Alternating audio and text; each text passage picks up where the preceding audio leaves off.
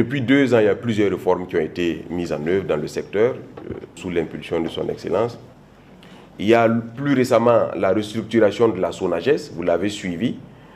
La SONAGES aujourd'hui a été reformée pour être le moteur de notre production, en garantissant l'écoulement des produits, en régulant également le marché des produits agro-pastoraux. Nous avons procédé également, vous l'avez suivi, à la nationalisation de la Soprolait et la création de la société Faso Kosam. Et nous sommes ravis de constater que les Burkinabés ont adopté ce lait, qu'ils le consomment.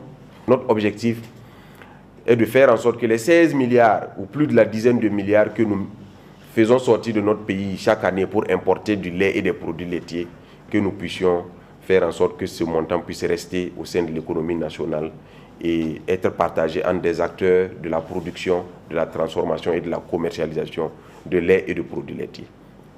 L'usine de Fada, qui est déjà à plus de 3000 litres jour, l'usine de Ouaga, dont la capacité est de 500 litres jour, est déjà, la quantité de lait qu'ils reçoivent déjà dépasse leur capacité par jour, ce qui nous a amené à trouver en mesure d'urgence le redéploiement d'une unité que nous avions positionnée à Bobo pour soutenir l'unité de Ouagadougou en attendant la fin des travaux de réhabilitation de Faso Kosam Bobo et l'installation d'une nouvelle unité de 1000 litres jour à Bobo.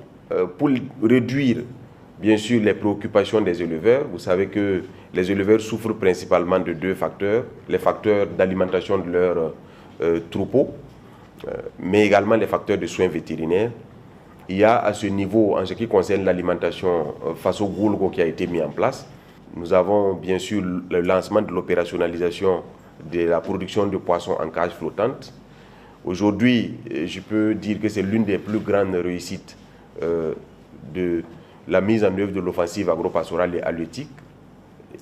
Nous avons aujourd'hui dans les plats burkinabés du poisson tilapia ou carpe produit par des Burkinabés dans des points d'eau burkinabés. Et avec la réhabilitation du CADIP, nous allons pouvoir assurer une surgélation du poisson produit en cage flottante et pouvoir le redéployer sur l'ensemble du territoire national sous un format qui est plus adapté pour sa commercialisation. Nous avons également lancé les cultures spécifiques, le cacao, la vigne, la banane plantain, le tournesol, le blé. Vous l'avez également suivi. Les résultats sont très encourageants. Il y a la réforme du système de vaccination. La campagne de vaccination qui s'est écoulée l'année passée, vous l'avez suivie. Elle s'est très bien passée, à des coûts très réduits. Et elle a eu des chiffres jamais égalés qui dépassent plus de 5 fois la moyenne des chiffres du nombre de troupeaux vaccinés ces 5 dernières années et précisément comparativement aux années les plus récentes. Il y a le démarrage des travaux de nouveaux barrages. Il y a le barrage de Diaradougou dans le Houé qui vise à mobiliser 10 millions de mètres cubes d'eau pour renforcer l'irrigation de la plaine de Bama. Et il y a la réhabilitation de quelques barrages qui ont été engagés avec l'opérationnalisation de l'ONBA, qui est l'une des réformes majeures aussi, il faut le noter, qui a été dotée d'équipements à la hauteur de ses ambitions et qui déjà est sur le terrain, qui mène des actions pour le bonheur du peuple et des producteurs burkinabés. Il y a également des opérations de curage des barrages ensablés, même si nous n'avons pas pu en faire autant que nous souhaitons au regard de l'arrivée précoce des pluies dans certaines localités. Et également, nous n'avons eu les engins qu'en mi-mars passé. Et en 2 mois, nous avons pu opérer le curage du barrage de Boulbi, vous l'avez suivi, où nous avons décaissé près de 153 000 m3 de dépôt pour accroître les capacités de rétention d'eau. Il y a le barrage de Itengue, dont les travaux ont commencé, pour non seulement permettre accroître la rétention d'eau pour irriguer le périmètre de 60 hectares qui est attelé, mais également faciliter l'approvisionnement en eau potable des villes de Koupela et de Puitenga.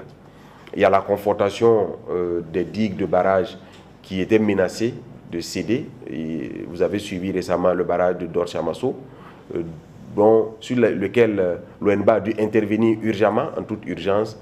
Il y a également le récalibrage du cours d'eau de Eredougou, vous l'avez suivi, qui a été récalibré sur 2,1 km en amont et 2,1 km en aval, recalibré 50 mètres de largeur et 1,5 mètre de profondeur pour éviter que la RN1 puisse être submergée par les eaux de pluie. Bien sûr, il y a la réalisation du deuxième pont de Hérédougou qui est en cours, mais déjà avec ce travail qui a été fait par l'ONBA, nous sommes confortés dans l'idée que cette année, nous n'aurons pas la RN1 qui soit coupée.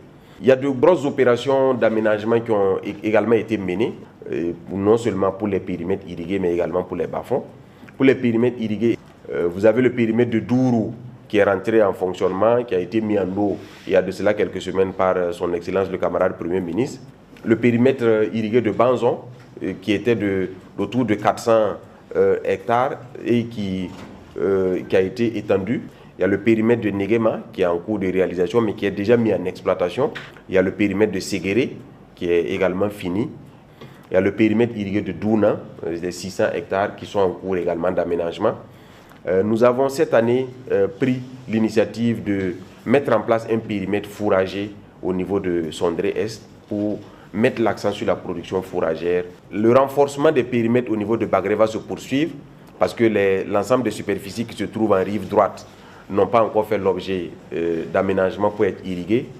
Cela va se faire avec la réalisation du barrage de Bagré 2 qui devait recueillir les eaux turbinées du barrage numéro 1 et faire en sorte que ces eaux puissent servir pour l'irrigation des périmètres en rive droite. Il y a eu des efforts importants qui ont été faits pour que cette année, nous soyons à autour de 25 000 hectares de bas-fonds aménagés sur l'ensemble du territoire.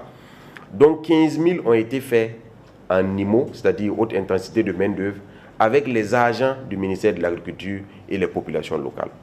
Dans le cadre de la préparation de la campagne également, il y a eu ces appuis en termes de labour de bas-fonds qui ont été aménagés et labour bien sûr au profit des populations. Nous avons eu des labours à prix subventionné, il faut le dire, mais également des labours à coût gratuit.